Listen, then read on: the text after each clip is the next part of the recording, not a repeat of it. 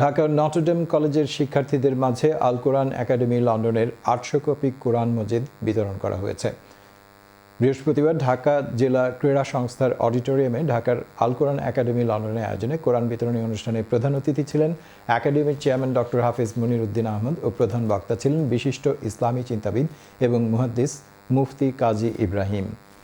প্রধান অতিথির বক্তব্যে হাফিজ মনিরউদ্দিন বলেন, এটা পড়া, বোঝা, আমল করা এবং অন্যদের কাছে এটা পৌঁছে দেয়া আমাদের সবার জন্যই অত্যাবশ্যকীয়, আর এই গুরুত্বপূর্ণ কাজটি আমরা করার চেষ্টা করছি। এরই মধ্যে আমরা পৃথিবীর 25টি দেশে 20টি ভাষায় প্রায় 2 মিলিয়ন মানুষের কাছে কোরআন বিতরণ করেছি।